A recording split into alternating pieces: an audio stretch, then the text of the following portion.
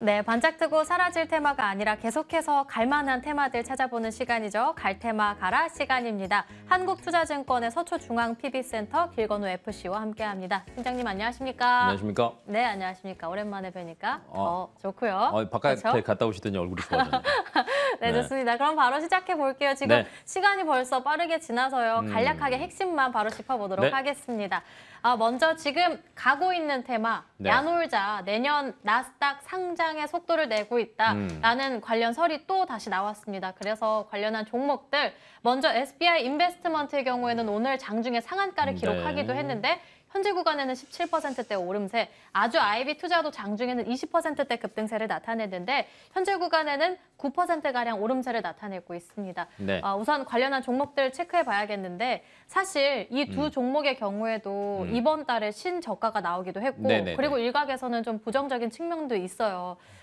매출의 절반이 광고비 그리고 수수료로 다 나간다라는 측면이 있는데 네. 우리 팀장님 어떻게 보시나요? 얘기 다 하셔가지고. 네, 뭐 이제 IB 창투사 같은 경우에는요, 결론은 엑시트를 얼마나 잘 하느냐가 수익성에 판가름이 난다라고 생각을 하시면 될 것 같은데, 야놀자 같은 경우는 사실은 올해 하반기 때가 상장의 목표였거든요. 근데 내년 늦어도 상반기, 뭐 2분기 늦어도 3분기에는 시작한다라고 이제 얘기가 나오고 있고요.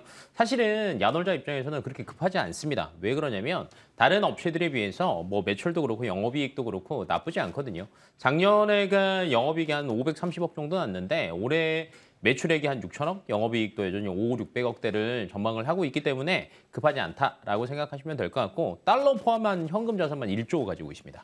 뭐 그에 따라 그걸 반증해서 생각을 한다라고 하면은 아마 상장이 되는 거는 그래도 뭐 기정사실화 되지 않을까라고 이제 판단이 되기는 하지만 사실은 저희가 내년 보잖아요. 그럼 창투사를 접근할 때는 올 하반기에 특이할 점이 있냐, 엑시트할 기업들이 있냐 없냐를 보시고 진입을 하시는 게 저는 낫지 않겠나 싶습니다. 네, 상반기 관련해서는 하반기에 엑싯을 할 수 네. 있냐 그 유무를 좀 따져봐야 될 것 같은데요. 그렇다면 이 관련한 종목 중에 볼만한 종목은요? 저는 SBI 인베스트 같은 경우도 나쁘지 않지만 아주 IB가 그래도 낫지 않겠나 싶어요. 왜 그러냐면 뭐 아주 IB 같은 경우에도 야놀자에 200억 정도 시리즈 C로 투자를 했고요. 그 외에 최근 들어서 파킨슨 관련된 것들이 조금 이슈가 되다 보면은 조금 주가가 조금 괜찮게 흐르거든요. 그러니까 휴런이라고 AI 업체가 있는데 파킨슨 진단 관련한 허가를 최근에 미국 FDA 허가를 또 획득을 했습니다.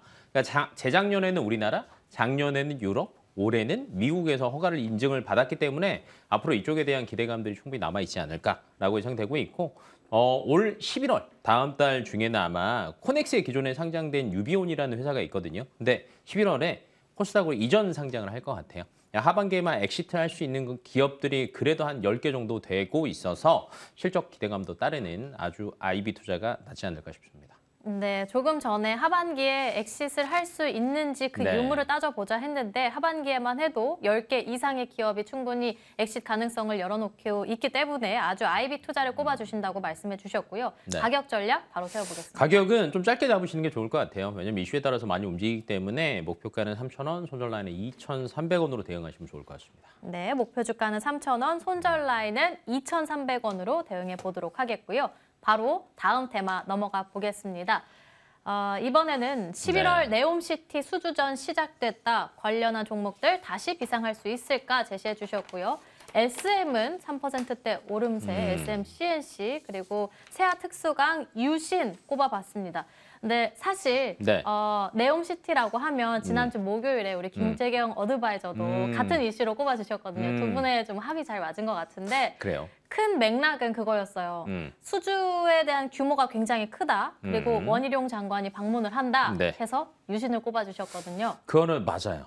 기본적으로는 전체 캐파로 따지면은 5천억 달러 규모거든요. 근데 한 번에 5천억 달러가 다 집행이 되는 게 아니라 초기에는 한 500억 달러 정도만 집행이 될 것으로 보여지고 있는데 이때 이제 많이 나오는 게 일반 건축, 교통, 발전, 수자원. 그러니까 기반 시설에 대한 게 먼저 이루어진다라고 보시면 될 것 같아요. 그러다 보니까 유신 같은 경우는 토목 전문 엔지니어링 업체거든요. 상태거든요. 그래서 항상 네옴시티 관련해서 초기 관련된 투자가 나온다라고 하면 유신이나 아니면 한미 글로벌 같은 경우가 꼭 들어간다라고 생각을 하시면 될 것 같고 사실은 2029년에 동계 아시안 게임이 개최가 이제 확정이 됐기 때문에 발주 속도는 굉장히 빨라질 것으로 보여지고 있고요. 아마 변수는 다음 달에 원희룡 장관이 가서 어떤 좀 좋은 것들을 들고 오느냐가 변수가 되지 않을까라고 판단하고 있고 빈살만 왕세자가 사실은 온다고 했다가 취소가 되는 바람에 관련주들이 조금 낙폭이 굉장히 컸거든요. 근데 이거는 여러 가지 수준에 대한 기대감들까지 계산을 해본다라고 하면 조금 낙폭 과되지 않냐 라는 접근으로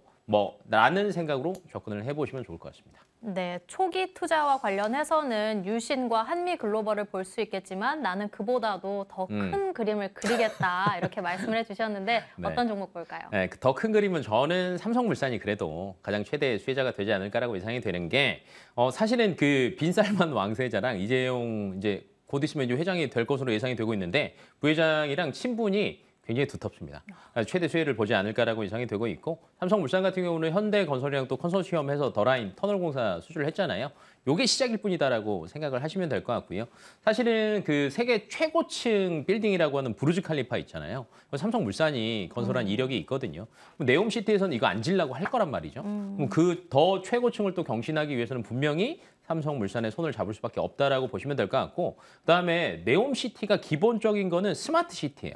그럼 여기에 들어가는 게 굉장히 많습니다. 인공지능, 반도체, 가전, 패키지로 삼성그룹이랑 할 수 있는 가능성이 높다. 이렇게 접근을 하시면 굉장히 좋을 것 같습니다. 네, 모든 패키지를 다루고 있는 삼성물산 더라인 터널공사 수주는 시작에 불과하다 말씀해 주셨고요. 가격 라인도 바로 제시해 주시죠. 네, 가격 같은 경우에는 그 외적인 수주에 대한 기대감들도 사실은 굉장히 많이 남아 있거든요. 그러다 보니까 조금 뭐 한 12만 5천 원 정도까지는 보셔도 될 것 같고 좀 길게 본다라고 하면 14만 원 선까지도 저는 2차 목표가를 잡으셔도 될 것 같아요. 그다음에 손절 라인은 10만 5천 원으로 대응하시면 될 것 같습니다. 네, 오늘 종목으로는 삼성물산 꼽아보도록 하겠습니다. 꽤 오랜 시간 이렇게 준비해 주시고 기다려 주셨는데 오늘 방송이 너무 타이트해서 죄송해요. 다음 좋습니다. 시간에는 좀 더 오랜 시간 이야기 나눠보도록 하겠습니다.